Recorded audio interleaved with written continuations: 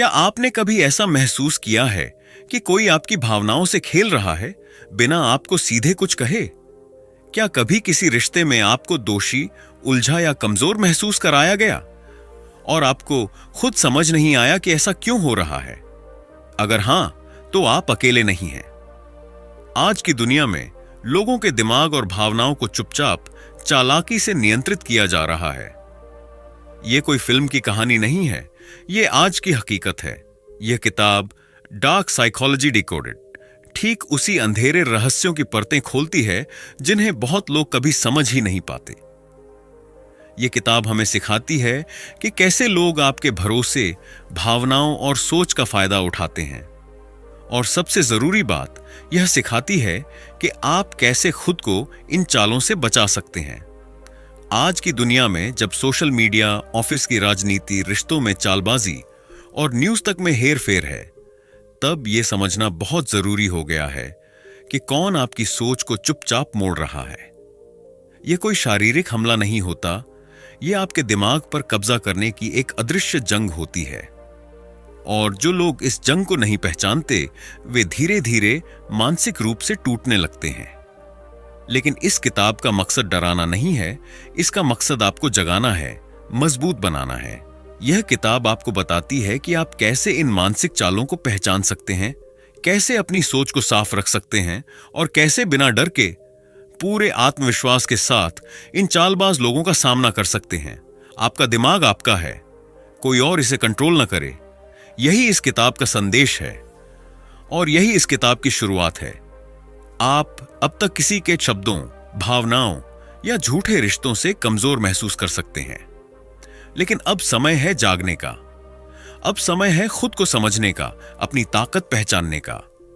याद रखिए, जब आप सच जानते हैं तो कोई भी आपको झूठ से नहीं डरा सकता। जब आप अपनी भावनाओं को समझते हैं तो कोई भी आपको गिल्ट या शर्म से नहीं कंट्रोल कर सकता। और जब आप अपनी सोच के मालिक बनते हैं तो दुनिया में कोई भी आपको हरा नहीं सकता। अब से आप शिकार नहीं, रणनीतिक खिलाड़ी बनेंगे। अब से आप कमजोर नहीं, सजग और शक्तिशाली बनेंगे, क्योंकि यह लड़ाई आपके दिमाग की है। And it starts now. Chapter 1, the hidden world of dark psychology. क्या आप जानते हैं कि दुनिया में कुछ लोग ऐसे होते हैं जो दूसरों की भावनाओं, सोच और फैसलों को चुपचाप अपने फायदे के लिए मोड़ना जानते हैं, बिल्कुल एक कलाकार की तरह? ये लोग किसी जादू या हथियार का इस्तेमाल नहीं करते, बल्कि आपके दिमाग का ही इस्तेमाल करते हैं, आपके ही खिलाफ। इसी को कहते हैं डार्क साइकोलॉजी। एक ऐसा मानसिक खेल जो दिखता नहीं लेकिन असर करता है गहराई से। अब आप सोच रहे होंगे, क्या यह हर किसी के साथ होता है? जवाब है हां। हर इंसान के जीवन में कभी ना कभी ऐसा व्यक्ति आता है जो भावनात्मक रूप से उसे कमजोर बनाता है, उसकी सोच पर असर डालता है और उसे खुद पर शक करने पर मजबूर करता है। पर फर्क इतना है कि कुछ लोग इसे पहचान लेते हैं और कुछ नहीं। डार्क साइकोलॉजी को समझने से पहले जरूरी है यह समझना कि यह पॉजिटिव साइकोलॉजी या साधारण प्रभाव डालने, इन्फ्लुएंस से बिल्कुल अलग है। पॉजिटिव साइकोलॉजी हमें आत्मविश्वास, खुशहाल जीवन और संतुलित सोच सिखाती है, जबकि डार्क साइकोलॉजी का मकसद किसी को कंट्रोल करना, धोखे से फायदा उठाना और भावनात्मक नुकसान पहुंचाना होता है। इस खेल के पीछे अक्सर 3 प्रकार के लोग होते हैं जिन्हें डार्क ट्राइड कहा जाता है। नार्सिसिस्ट, ये लोग खुद को सबसे ऊपर मानते हैं, दूसरों की भावनाओं की कोई कद्र नहीं करते और चाहते हैं कि सब उनकी तारीफ करें। मैकिवेलियन, ये चालाक होते हैं, हमेशा प्लान बनाते हैं कि कैसे दूसरों का फायदा उठाया जाए बिना पकड़े गए। साइकोपैथ, इन लोगों को किसी की परवाह नहीं होती, न कोई सहानुभूति, न कोई अपराध बोध। इन्हें सिर्फ जीत चाहिए, चाहे किसी भी कीमत पर। अगर हम इन मानसिक हमलों को नहीं पहचानते तो धीरे धीरे हम अपनी सोच, आत्मविश्वास और निर्णय क्षमता खो देते हैं, रिश्तों में उलझते हैं, ऑफिस में दबते हैं और जिंदगी को अपने हिसाब से नहीं, दूसरों के इशारों पर जीने लगते हैं। बिना जानकारी के रहना सबसे बड़ा नुकसान है। लेकिन अच्छी खबर यह है, जैसे ही आप इन चालों को समझते हैं, आप मानसिक रूप से मजबूत बन जाते हैं। आपकी सोच साफ होती है, आपकी नजर पैनी होती है और आप हर उस इंसान को पहचानने लगते हैं जो आपको कंट्रोल करने की कोशिश कर रहा है। याद रखिए, पहला हथियार है जागरूकता, अवेयरनेस। दुश्मन सामने नहीं होता, वो आपके करीब होता है। जब आप देखना शुरू करते हैं तब आप हारना बंद कर देते हैं। तो चलिए अब हम इस अदृश्य खेल की गहराई में उतरते हैं, ताकि अगली बार कोई आपकी भावनाओं से खेले तो आप खेल के नियम खुद तय करें। Chapter 2, covert manipulation tactics exposed. आपके चारों ओर एक ऐसा खेल चल रहा है जो न तो आंखों से दिखता है और न ही कानों से सुनाई देता है, लेकिन इसका असर आपके दिल, दिमाग और आत्मविश्वास पर सीधा होता है। इसे कहते हैं कोवर्ट मैनिपुलेशन, यानी छुपा हुआ मानसिक नियंत्रण। और सबसे खतरनाक बात, ये लोग आपको यह महसूस भी नहीं होने देते कि आप कंट्रोल किए जा रहे हैं। आपको लगता है कि आप अपनी मर्जी से सोच रहे हैं, लेकिन दरअसल आपकी सोच पहले ही उनकी मुट्ठी में आ चुकी होती है। इस अध्याय में हम जानेंगे 7 ऐसी मनोवैज्ञानिक चालें जो लोग अक्सर इस्तेमाल करते हैं, रिश्तों में, दोस्ती में, ऑफिस में और कभी-कभी तो अपने खुद के परिवार में भी। वचिट, गिल्ट ट्रिपिंग। यह वो चाल है जहां सामने वाला आपको हर बात के लिए दोषी महसूस कराता है, इवन अगर आपने कुछ गलत नहीं किया हो। उदाहरण, मैंने तुम्हारे लिए सब कुछ किया और अब तुम मुझे छोड़ रहे हो। मकसद, आपको शर्मिंदा करना और अपने फैसले से हटा देना। 2, गैस लाइटिंग। यह एक ऐसी तकनीक है जहां सामने वाला आपकी सोच, याददाश्त और समझ पर सवाल उठाता है ताकि आप खुद पर शक करने लगें। उदाहरण, तुम बहुत ओवर रिएक्ट कर रहे हो, ऐसा कुछ हुआ ही नहीं था। मकसद, आपकी हकीकत को तोड़ना और आपको कमजोर बनाना। 3, ट्रायंगुलेशन। जब कोई व्यक्ति 2 लोगों के बीच दरार डालने के लिए किसी तीसरे का इस्तेमाल करता है, उन्हें एक दूसरे से अलग थलग करता है। उदाहरण, वो भी तुम्हारे बारे में यही सोचते हैं, सिर्फ मैं ही तुम्हारा सच्चा दोस्त हूं। मकसद, आपको अकेला करना ताकि आप सिर्फ उन पर निर्भर रहें। 4, लव बॉम्बिंग। शुरुआत में जरूरत से ज्यादा प्यार, तारीफ और ध्यान देना, लेकिन बाद में कंट्रोल करना शुरू कर देना। उदाहरण, तुम मेरे बिना अधूरे हो, मैं ही तुम्हारी दुनिया हूं। मकसद, पहले आपको झुकाना, फिर आपको पिंजरे में बंद करना। 5, साइलेंट ट्रीटमेंट। जब कोई व्यक्ति जानबूझकर बात नहीं करता ताकि आप बेचैन हो जाएं और उनकी मर्जी से चलें। मकसद, आपको सजा देना बिना कुछ बोले। 6, शिफ्टिंग ब्लेम। हर गलती का ठीकरा आप पर फोड़ देना, इवन जब वो खुद जिम्मेदार हो। मकसद, खुद को सही दिखाना, आपको भ्रमित करना। 7, क्रिएटिंग क्राइसिस। छोटी बातों को बड़ा बना देना, इमोशनल ड्रामा खड़ा करना ताकि आप गिल्टी महसूस करें और झुक जाएं। मकसद, कंट्रोल के लिए डर और अस्थिरता पैदा करना। क्या कोई आपको हमेशा गिल्टी महसूस कराता है? क्या आप किसी के साथ रहते हुए भी अकेलापन और उलझन महसूस करते हैं? क्या आप खुद पर शक करने लगे हैं? क्या आपकी भावनाएं हमेशा कमतर की जाती हैं? अगर इन सवालों में हां है तो संभल जाइए। ये रिश्ते नहीं, मानसिक जाल हैं। जो खेल आपको दिख नहीं रहा, वही सबसे ज्यादा खतरनाक होता है। दुनिया में बहुत से लोग चालाक हैं, लेकिन आप भी अब जाग चुके हैं। जब आप चाल को पहचान लेते हैं तो आप मोहरा नहीं बनते, आप खिलाड़ी बन जाते हैं। याद रखिए, जो आपको बार बार गिल्टी फील कराए वो आपका नहीं है। जो आपकी सोच को तोड़े वो प्यार नहीं, कंट्रोल है। अब से हर चाल की पहचान आपकी ताकत होगी। Chapter 3, gas lighting and emotional sabotage. क्या आपने कभी ऐसा महसूस किया है कि आप सच बोल रहे हैं, बट फिर भी कोई आपको यकीन दिलाने की कोशिश करता है कि आप गलत हैं? क्या कभी किसी ने आपको इस कदर उलझा दिया कि आपको अपनी ही याददाश्त, अपनी ही भावनाओं और अपने ही फैसलों पर शक होने लगा? अगर हां, तो शायद आप गैस लाइटिंग का शिकार हो चुके हैं। गैस लाइटिंग क्या है? गैस लाइटिंग एक ऐसी खतरनाक मानसिक तकनीक है जिसमें कोई व्यक्ति जानबूझकर आपको इस हद तक भ्रमित करता है कि आप अपने ही दिमाग पर भरोसा खो देते हैं। आप सोचते हैं कि आप पागल हो रहे हैं, जबकि असली खेल करने वाला सामने वाला होता है। यह सुनने में कुछ इस तरह लगता है, तुम हमेशा चीजों को बढ़ा चढ़ाकर सोचते हो, तुम्हें तो कुछ भी ठीक से याद नहीं रहता। मैंने ऐसा कभी नहीं कहा। तुम्हारी याददाश्त ही खराब है। यह सब तुम्हारा वहम है। ये बातें बार बार सुनकर आप खुद पर शक करने लगते हैं। आप सोचते हैं शायद वाकई मेरी गलती है, और यहीं से शुरू होता है मानसिक गिरावट का सिलसिला। यह क्यों असर करता है? गैसलाइटिंग इसलिए काम करता है क्योंकि इंसान स्वभाव से ही आत्म मूल्यांकन करने वाला होता है। हम सोचते हैं क्या मैं सही सोच रहा हूं, और इसी शक का फायदा उठाते हैं गैसलाइटर। वे धीरे धीरे आपकी रियलिटी को बिगाड़ते हैं। आपको ऐसा लगता है कि आप कमजोर हैं, भ्रमित हैं और अकेले हैं। आप अपनी भावनाओं को खुद ही खारिज करने लगते हैं। शायद मैं ज्यादा सोच रहा हूं, शायद वो सही है, मैं ही गड़बड़ कर रहा हूं। और जब आप अपनी ही सोच पर भरोसा करना बंद कर देते हैं, तब आप पूरी तरह उनके कंट्रोल में आ जाते हैं। इससे कैसे आजाद हों? एक, अपनी भावनाओं पर भरोसा करें। अगर कुछ गलत लग रहा है तो वह शायद वाकई गलत है। आपका गट फीलिंग आपका पहला डिटेक्टर है। 2, साक्ष्य रखें, एविडेंस। अगर कोई लगातार इनकार करता है तो बातें, मैसेजेस या ईमेल सेव करें। इससे आपकी सच्चाई आपके सामने रहेगी, इवन जब कोई उसे तोड़ने की कोशिश करे। 3, सीमाएं तय करें, सेट बाउंड्रीज। सीधा कहें, मैं अपनी भावनाओं को गलत नहीं मानूंगा। किसी को यह हक न दें कि वो आपकी सोच को ही अस्वीकार कर दे।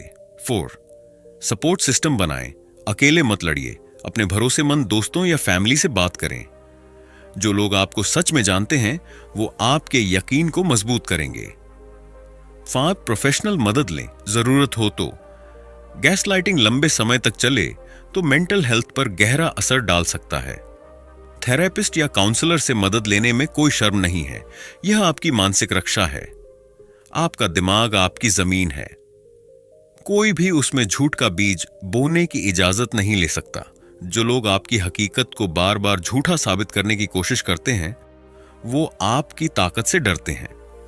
पर याद रखिए, जब आप अपनी सोच और भावनाओं पर यकीन करना शुरू करते हैं तो आप दोबारा आजाद हो जाते हैं। आप पागल नहीं हैं, आप भ्रमित नहीं हैं, आप समझदार हैं, सजग हैं, और अब आप जागरूक भी हैं। अब समय है अपनी सोच को फिर से अपने हाथों में लेने का। Because your mind is your territory, reclaim it.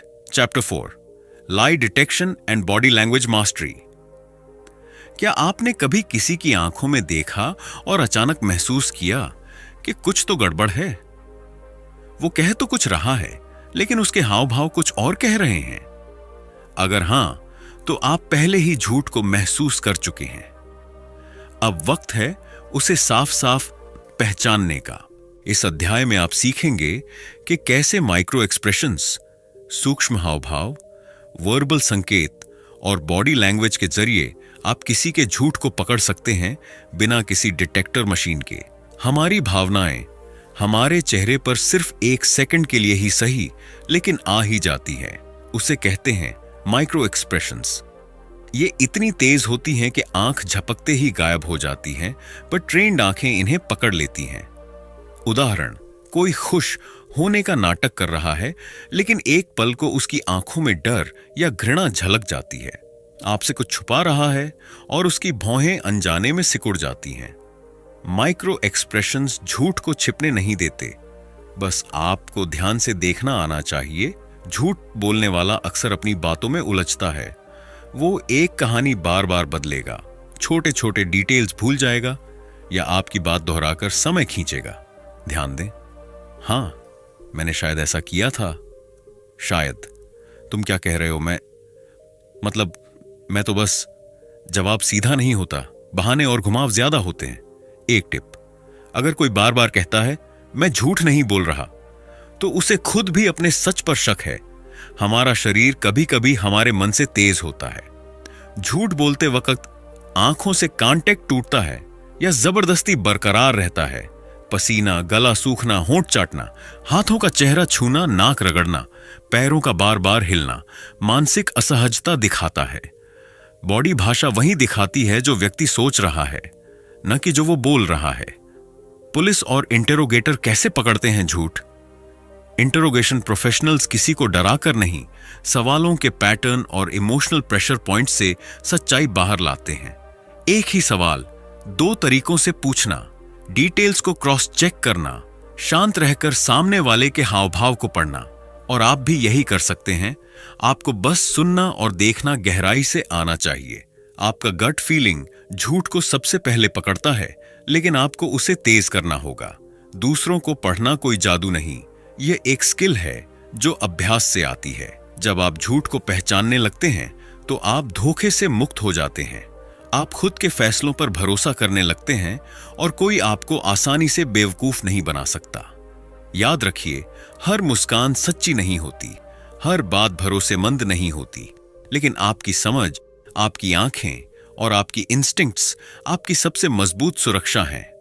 Trust your gut but train it. अब आप किसी के दिखावे से नहीं, उसकी सच्चाई से पहचान करेंगे। Chapter 5 persuasion, NLP and ethical influence. हर इंसान चाहता है कि लोग उसकी बात सुने, समझें और माने। चाहे वो माता पिता हों, शिक्षक, बॉस या दोस्त, हम सब जिंदगी में किसी न किसी मोड़ पर दूसरों को इन्फ्लुएंस करना चाहते हैं। लेकिन यहां एक पतली और खतरनाक रेखा है। असर डालना, इन्फ्लुएंस, और कंट्रोल करना, मैनिपुलेशन। इस अध्याय में हम सीखेंगे कि इस रेखा को कैसे पहचाना जाए, NLP न्यूरो लिंग्विस्टिक प्रोग्रामिंग क्या है और कैसे इसका सही इस्तेमाल किया जा सकता है, और कैसे आप प्रभाव का उपयोग किसी को धोखा देने के लिए नहीं, अपनी रक्षा के लिए कर सकते हैं। इन्फ्लुएंस तब होता है जब आप किसी को सोचने, समझने या फैसला लेने में प्रेरित करते हैं, बिना जबरदस्ती के।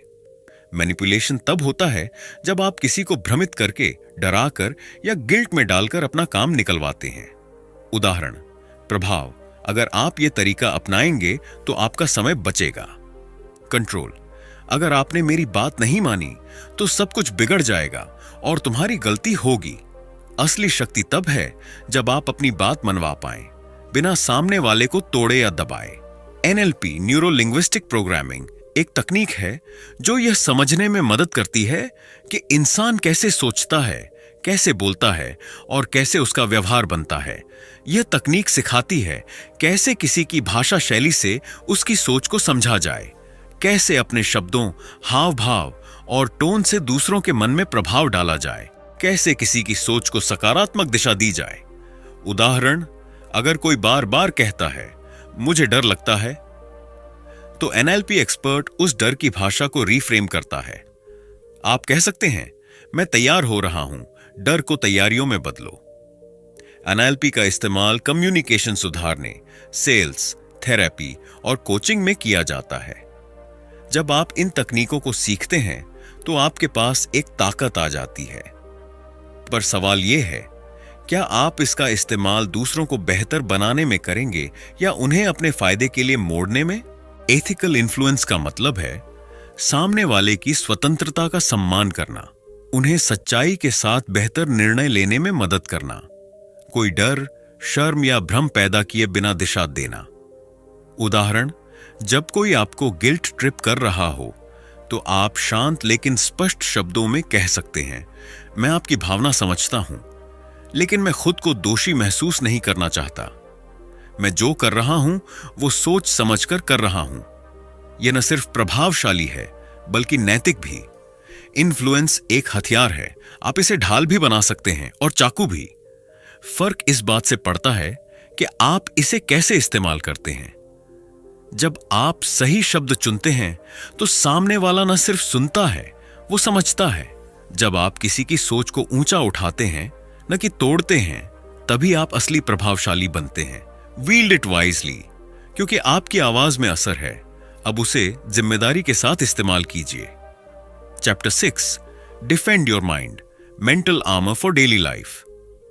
आप हर दिन किसी न किसी मानसिक हमले का सामना करते हैं, कभी रिश्तों में, कभी बातचीत में, कभी ऑफिस या सोशल मीडिया में। और ये हमले हमेशा जोर से नहीं आते, ये चुपचाप, चालाकी से आपकी सीमाओं को पार करके आते हैं। आप कुछ समझ पाएं उससे पहले ही आपका मूड गिर चुका होता है, आत्मविश्वास डगमगा चुका होता है और आप थक चुके होते हैं, बिना कोई लड़ाई लड़े ही। इस अध्याय में हम सीखेंगे कि कैसे आप मानसिक, भावनात्मक और संवादात्मक सीमाएं, बाउंड्रीज बनाकर खुद को मजबूत रख सकते हैं। कैसे आप ग्रे रॉक मेथड जैसे तकनीकों से खुद को अंदर से शांत रख सकते हैं और कैसे आप गिल्ट, कंट्रोल और इमोशनल मैनिपुलेशन से बच सकते हैं बिना बहस, गुस्से या लड़ाई के। मेंटल बाउंड्रीज का मतलब होता है आप तय करते हैं कि कौन आपकी सोच पर असर डालेगा और कौन नहीं। इमोशनल बाउंड्रीज का मतलब होता है आप तय करते हैं कि कौन आपकी भावनाओं से खेलेगा और कौन नहीं। कॉन्वर्सेशनल बाउंड्रीज का मतलब होता है आप तय करते हैं कि किन बातों पर आप बहस करेंगे और किन पर चुप रहेंगे। उदाहरण, मुझे इस टॉपिक पर बात नहीं करनी, मेरे फैसले मेरे हैं, मैं किसी को सफाई नहीं दूंगा, अगर आप चीखेंगे तो मैं बातचीत बंद कर दूंगा। जब आप सीमाएं बनाते हैं तो आप दूसरों को सिखाते हैं कि आपसे कैसे बात की जाए और कैसे नहीं।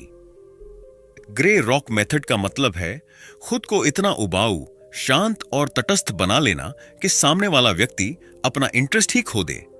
यह खास तौर पर उन लोगों के लिए उपयोगी है जो लगातार ड्रामा, बहस या ध्यान खींचने की कोशिश करते हैं। कैसे करें? जवाब एकदम सिंपल और रूखे दें। हम ठीक है, समझ गया। अपनी भावनाएं सामने न दिखाएं, ना गुस्सा ना खुशी। कोई स्पेशल रिएक्शन मत दीजिए, इसका असर होता है सामने वाला कंट्रोल करना बंद कर देता है क्योंकि उसे जवाब नहीं मिल रहा। 3. गिल्ट, कंट्रोल और इमोशनल दबाव से बचने के स्क्रिप्ट्स। जब कोई गिल्ट ट्रिपिंग करे, मैं आपकी भावनाएं समझता हूं लेकिन मैं अपने फैसले पर कायम हूं। आपके लिए यह कठिन हो सकता है पर मैं खुद के लिए यह जरूरी मानता हूं। जब कोई कंट्रोल करने की कोशिश करे, मुझे अपना रास्ता खुद चुनना है, भले ही आप असहमत हों। मैं आपकी राय का सम्मान करता हूं लेकिन मैं अपनी सोच से चलूंगा। जब कोई आपको फोर्स करे, मुझे कुछ समय चाहिए सोचने के लिए, अगर यह इतना जरूरी है तो मुझे इसमें स्वतंत्र रूप से निर्णय लेने दीजिए। ऐसे जवाब गुस्से के बिना मजबूती से आपकी सीमाएं तय करते हैं। युद्ध में जीतने के लिए जरूरी नहीं कि आप तलवार लेकर दौड़ें। कभी कभी सबसे असरदार हथियार रणनीति होती है। जब आप लड़ाई से बचते हैं तो इसका मतलब ये नहीं कि आप कमजोर हैं, इसका मतलब है कि आप समझदार हैं। आप आग से नहीं लड़ते, आप पानी बनते हैं। आप सामने वाले की चाल को पहचानते हैं और शांत रहकर उसे मात देते हैं। याद रखिए, हर जवाब जरूरी नहीं होता, हर भावना का रिएक्शन देना जरूरी नहीं होता, हर रिश्ते में खुद को खो देना प्यार नहीं होता। You don't need to fight fire with fire, you need strategy. और अब आपके पास वो रणनीति है। चैप्टर 7, संबंधों में प्रबंधन। रिश्ते हमारी जिंदगी की सबसे खूबसूरत चीज हो सकते हैं, लेकिन जब उनमें प्यार की जगह कंट्रोल, डर और इमोशनल गेम्स आ जाते हैं तो वही रिश्ते जिंदगी को जहरीला बना देते हैं। बात सिर्फ प्रेम संबंधों की नहीं है। माता पिता, दोस्त, भाई बहन या ऑफिस के लोग, कहीं भी मानसिक नियंत्रण का जाल फैल सकता है। और सबसे बड़ी बात यह कि ये चालें अक्सर इतने प्यार, मीठे शब्दों या फर्ज की आड़ में छिपी होती है कि एक समझदार इंसान भी फंस सकता है। रोमांटिक रिश्तों में मानसिक नियंत्रण। किसी रिश्ते की शुरुआत में वो इंसान आपको स्पेशल महसूस कराता है, अटेंशन, अफेक्शन, तारीफें, और फिर धीरे धीरे वो कंट्रोल, जलन, गिल्ट ट्रिपिंग और भावनात्मक ब्लैकमेल शुरू करता है। संकेत: अगर तुम मुझसे प्यार करते हो तो तुम ये करोगे। तुम्हें मुझसे बात करने से पहले किसी और से बात करने की क्या जरूरत है? मैं तुम्हारे बिना कुछ नहीं हूं, अगर तुम गए तो मैं बर्बाद हो जाऊंगा। ये प्यार नहीं, इमोशनल कैद है। परिवार में मनोवैज्ञानिक नियंत्रण। मैंने तुम्हारे लिए सब कुछ किया, अब तुम मेरा कहना भी नहीं मानोगे। परिवार में प्यार और कर्तव्य के नाम पर अक्सर ऐसा गिल्ट डाला जाता है कि आप अपनी जरूरतों और खुशियों को पीछे छोड़ देते हैं। संकेत: हर फैसले में टोकना, हर गलती के लिए दोष देना, स्वतंत्रता को बगावत समझना। याद रखिए, सम्मान तब तक सही है जब तक वो आजादी छीनने की सीमा न लांघे। ऑफिस या प्रोफेशनल रिश्तों में चालाकी। बॉस या सहकर्मी कभी तारीफ करेंगे, कभी आपकी कमजोरी दिखाएंगे, कभी काम के बहाने जिम्मेदारियों का बोझ डालेंगे। ये सब बिना न कहने की जगह दिए। संकेत, तुम ही तो इस टीम की जान हो, ये काम तुम ही कर सकते हो। अगर तुमने ये नहीं किया तो तुम्हारी परफॉर्मेंस पर असर पड़ेगा। दूसरे तो खुश होकर कर लेते हैं, तुम्हें क्या दिक्कत है?